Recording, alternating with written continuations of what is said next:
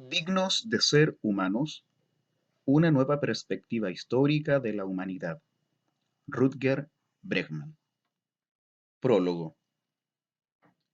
En vísperas de la Segunda Guerra Mundial, la cúpula del ejército británico se encontraba en estado de máxima alerta. Una terrible amenaza se cernía sobre Londres. Según un tal Winston Churchill, la capital inglesa era una enorme y valiosa vaca bien cebada, atada como un señuelo para atraer a los depredadores. El líder de los depredadores en cuestión respondía al nombre de Adolf Hitler. Si el pueblo sucumbía al terror de sus bombardeos, Gran Bretaña estaría abocada a su fin. El tráfico se detendrá. La gente perderá sus casas y buscará ayuda a la desesperada. La ciudad será un pandemonio, temía un general británico. Millones de ciudadanos se derrumbarían mentalmente. El ejército no daría abasto a controlar a las masas histéricas y no tendría tiempo para combatir al enemigo. Según las estimaciones que manejaba Churchill, al menos 3 o 4 millones de londinenses huirían de la ciudad. Quien quisiera conocer la magnitud de la catástrofe que se avecinaba, no tenía más que consultar el libro Psychology des Foules, Psicología de las Masas. El autor francés Gustave Le Bon era uno de los intelectuales más influyentes de su tiempo. Hitler había leído su libro de principio a fin, igual que Mussolini, Stalin, Churchill y Roosevelt. Le Bon explicaba con todo detalle cómo reacciona la gente en una situación de emergencia. De forma casi inmediata, escribía, el hombre desciende varios peldaños en la escalera de la civilización. El pánico y la violencia se extienden por todas partes sin ningún control y el ser humano muestra su auténtica naturaleza. El 19 de octubre de 1939, Hitler se reunió con sus generales para exponerles el plan de ataque. Comillas, llegado el momento oportuno, la Luftwaffe podrá y deberá intervenir sin misericordia para destruir la voluntad de la resistencia del pueblo británico. Cierre comillas. En Gran Bretaña temían que ya fuera demasiado tarde. Aún consideraron la posibilidad de crear una red de refugios subterráneos en Londres, pero al final descartaron el plan. Temían que la población, paralizada por el miedo, no volviera a salir nunca más a la superficie. En el último momento, levantaron una serie de hospitales psiquiátricos de emergencia a las afueras de la ciudad para acoger a las primeras víctimas. Y entonces comenzó la ofensiva. El 7 de septiembre de 1940, 348 bombarderos alemanes cruzaron el canal. Hacía buen día. Muchos londinenses estaban disfrutando del buen tiempo cuando, a las 16:43, comenzaron a sonar las alarmas antiaéreas. Todo el mundo alzó la mirada al cielo. Aquel día de septiembre pasaría a la historia como el Sábado Negro, y el período subsiguiente se conocería como el Blitz, del alemán Blitzkrieg, guerra relámpago. En un periodo de 9 meses, solo en Londres cayeron más de 80.000 bombas. Barrios enteros desaparecieron del mapa. 1 millón de edificios sufrieron graves daños o quedaron en ruina. Y hubo que lamentar más de 40.000 víctimas mortales. ¿Cómo reaccionaron los británicos? ¿Qué ocurrió cuando millones de ciudadanos quedaron expuestos durante muchos meses a una continua lluvia de bombas? ¿Qué cotas alcanzó la histeria? ¿En qué clase de bestias salvajes se convirtió la gente? Empecemos por el informe de un psiquiatra canadiense. En octubre de 1940, el doctor John McCurdy visitó un barrio humilde del sudeste de Londres muy afectado por los bombardeos. Cada 100 metros había un cráter o un edificio en ruinas. Si en algún lugar iba a encontrar ciudadanos en estado de pánico, tenía que ser allí. Sin embargo, esto fue lo que encontró el psiquiatra poco después que por enésima vez sonara la alarma antiaérea. Los niños seguían jugando en las aceras. La gente que había salido a hacer sus recados seguía regateando con los comerciantes. Un agente de policía dirigía el tráfico con cara de aburrimiento y los ciclistas seguían su camino, desafiando a la muerte y contraviniendo las normas del tráfico. Que yo viera, nadie se molestó siquiera en mirar al cielo. Quien se sumerge en las crónicas del Blitz encuentra una tras otra descripción de la prodigiosa calma que se adueñó de la ciudad. Una periodista, un periodista americano entrevistó a un matrimonio británico en su cocina. Mientras sus ventanas vibraban a causa de las bombas, ellos disfrutaban tranquilamente de una taza de té. ¿No tenían miedo?, les preguntó el periodista. Ah, no. Y aunque tuviéramos miedo, ¿de qué nos serviría? Todo parecía indicar que Hitler no había tenido en cuenta el carácter británico, la flema, el humor seco. Los comerciantes ponían letreros en la fachada de tiendas reducidas a escombros por las bombas. Decían, estamos más abiertos que de costumbre. El propietario de un pub demostró su ingenio con una estrategia comercial basada en el estado de devastación de su local. Nuestras ventanas ya no están, pero nuestros espíritus están excelentes. Pasen y conversemos. Los británicos se tomaron las bombas de la Luftwaffe de la misma forma que el retraso de un tren, como un inconveniente que puede ser motivo de irritación, pero con el que se puede vivir. Los trenes, por cierto, siguieron funcionando con normalidad durante el Blitz, y los daños de la economía fueron anecdóticos. La producción de armamento de Gran Bretaña se vio más afectada por el lunes de Pascua de 1941, que era festivo para todo el mundo, que por el Blitz. Al cabo de unas semanas, los londinenses hablaban de los bombardeos como se habla del tiempo. Hoy ha estado el día muy blitzy, ¿verdad? Un escritor americano observó que los ingleses se aburren antes que nadie, y a partir de un momento determinado, era raro ver a alguien buscando refugio cuando sonaban las alarmas. ¿Y qué fue de los devastadores efectos mentales que tendrían las bombas en la población? ¿Dónde estaban los millones de víctimas traumatizadas que, según los expertos, desbordarían los hospitales?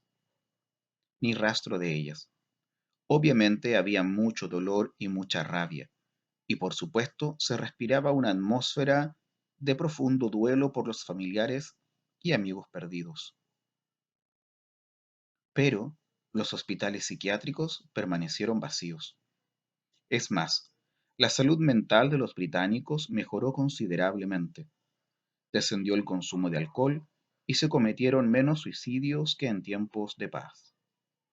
Después de la guerra, muchos británicos añoraban incluso los días del Blitz, cuando todo el mundo era solidario y daba igual que fuera de izquierda o de derechas, pobre o rico.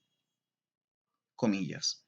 La sociedad británica salió del Blitz reforzada en muchos aspectos, cierra comillas. Escribía más tarde un historiador británico, comillas.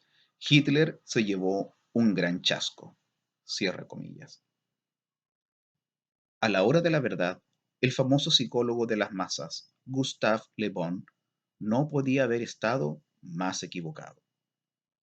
La situación de emergencia no había hecho que saliera a la superficie lo peor del ser humano. Todo lo contrario, lo que hizo el pueblo británico fue, más bien, ascender varios peldaños en la escalera de la civilización.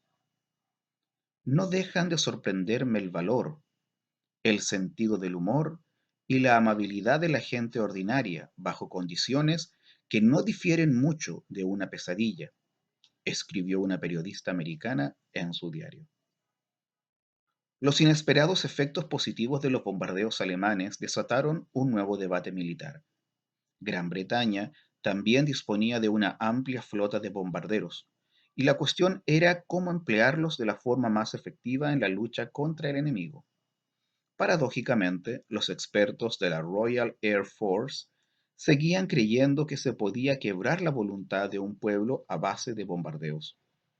Tal vez no hubiera funcionado en el caso del pueblo británico, pero ellos eran una excepción. Ningún pueblo del mundo tenía un carácter tan sereno, sensato y valiente como el suyo.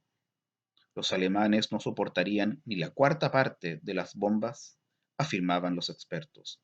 El enemigo carecía del vigor moral. Entre los defensores de ese punto de vista estaba uno de los hombres de confianza de Churchill, Frederick Linderman, también conocido como Lord Cherwell. En uno de los pocos retratos que existen de él, vemos a un hombre alto, de mirada gélida, con un bastón y el tradicional bombín inglés. En las acaloradas discusiones sobre el uso de la fuerza aérea, Lindemann insistía en que los bombardeos funcionaban. Al igual que Gustave Le Bon, no tenía muy buena imagen de los ciudadanos corrientes. El pueblo, bajo su punto de vista, era cobarde por definición y se dejaba llevar por el pánico. Para darle un fundamento científico a su opinión, Lindemann envió a un equipo de psiquiatras a Birmingham y a Hull, dos ciudades muy castigadas por los bombardeos. En poco tiempo, los investigadores entrevistaron a cientos de personas que habían perdido sus casas durante el Blitz. Les preguntaron hasta por los detalles más minúsculos de sus vidas, desde el número de pintas de cerveza consumidas hasta la cantidad de aspirinas compradas. Unos meses después, Lindemann recibió el informe. La conclusión aparecía con grandes letras en la cubierta. No hay prueba de que los bombardeos socaven la moral del pueblo. ¿Y qué hizo Frederick Lindemann? Ignoró por completo la inequívoca conclusión del informe. Ya había decidido que los bombardeos funcionaban de maravilla y no iba a permitir que nadie lo hiciera cambiar de opinión. Y así, el mencionado que escribió, y así, el memorando que escribió Lindemann para Churchill decía algo muy distinto. Las investigaciones parecen indicar que la destrucción de la vivienda de una persona tiene graves consecuencias para su moral. A la gente parece afectarle más que la pérdida de un amigo o incluso un familiar. Nosotros podríamos causar daños 10 veces más graves en las 58 principales ciudades alemanas. Quedaban muy pocas dudas de que las bombas doblegarán la voluntad del pueblo. Así fue como se desarrolló el debate sobre la efectividad de los bombardeos. Olía a caza de brujas, escribía un historiador más tarde. Los científicos que, basándose en rigurosos estudios, argumentaban en contra del bombardeo de la población alemana, eran acusados de cobardía y de alta traición. Los partidarios de las bombas, por su parte, estaban de acuerdo en una cosa: a los alemanes había que devolverles el golpe con mucha más fuerza todavía. Churchill dio luz verde al plan, y en Alemania se desató el infierno. Al final, el número de víctimas mortales de los bombardeos británicos fue 10 veces superior al del Blitz. En Dresde murieron en una noche casi tantos hombres, mujeres y niños como en Londres a lo largo de toda la guerra. Más de la mitad de las ciudades alemanas quedaron destruidas por completo. El país se convirtió en una montaña de escombros humeantes. Mientras tanto, las fuerzas aéreas aliadas dedicaron un número muy pequeño de recursos al bombardeo de objetivos estratégicos como puentes y fábricas. Hasta los últimos meses de la guerra, Churchill siguió convencido de que lo mejor era bombardear la población, pues esa era la vía más rápida para quebrar la moral de los alemanes. En enero de 1944, aterrizó otro memorando en su escritorio, esta vez de la Royal Air Force. Cuantas más bombas lanzamos, mayor es el efecto.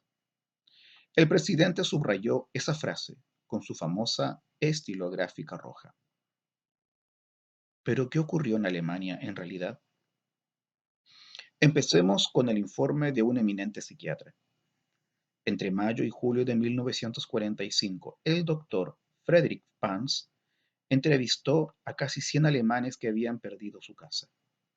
Comillas, cuando terminó el bombardeo me sentía pletórico de energía y me encendí un puro, dijo uno de ellos. Otro afirmaba que después de cada ataque se respiraba una euforia similar a la de quien acaba de ganar una guerra. No había el menor indicio de histeria colectiva. Los ciudadanos que sufrían su primer bombardeo experimentaban más bien una sensación de alivio. La solidaridad entre vecinos era extraordinaria, anotó Pance. Dada la gravedad y la duración de la presión psicológica, la respuesta de la población fue llamativamente equilibrada y disciplinada. La misma imagen se desprende de los informes del Sicherheitsdienst, el servicio de seguridad alemán, que observó muy de cerca a la población. Después de los bombardeos, todo el mundo se mostraba dispuesto a ayudar al prójimo, rescatar a las víctimas de los escombros y apagar fuegos. Los niños de las Hitlerjugend, las juventudes hitlerianas, iban y venían sin descanso para asistir a los heridos y ayudar a quienes habían perdido su casa. Un abacero puso en su tienda un cartel que decía: "Se vende mantequilla catastrófica". Vale, admito que el humor británico era mejor. Poco después de la capitulación de Alemania, en mayo de 1945, un equipo de economistas aliados visitó el país por encargo del Ministerio de Defensa americano. El objetivo era estudiar el efecto de los bombardeos para determinar si se trataba de una estrategia apropiada para ganar una guerra. Las conclusiones de los investigadores fueron categóricas. Los bombardeos civiles habían sido un fracaso. Es más, es probable que hubieran fortalecido la economía bélica alemana, por lo que la guerra había durado más de lo necesario. Entre 1940 y 1944, la producción de tanques por parte de Alemania se multiplicó por 9 y la de aviones de combate por 14. Un equipo de economistas británicos llegó a la misma conclusión. En las 21 ciudades destruidas que estudiaron, la producción había crecido más rápido que en el grupo de control de 14 ciudades no bombardeadas. Poco a poco empezamos a comprender que habíamos descubierto uno de los mayores errores de cálculo cometidos en la guerra, si no el mayor, escribió un economista americano. Lo más fascinante de este asunto es que todos cometieron el mismo error. Hitler y Churchill, Roosevelt y Lindemann, todos compartían la visión del ser humano de Gustave Le Bon, el psicólogo que partía de la base de que la civilización no es más que una fina capa de barniz sobre nuestra naturaleza salvaje. Todos estaban convencidos de que las bombas destruirían por completo ese delicado barniz de civilización y en las ciudades se instauraría el caos.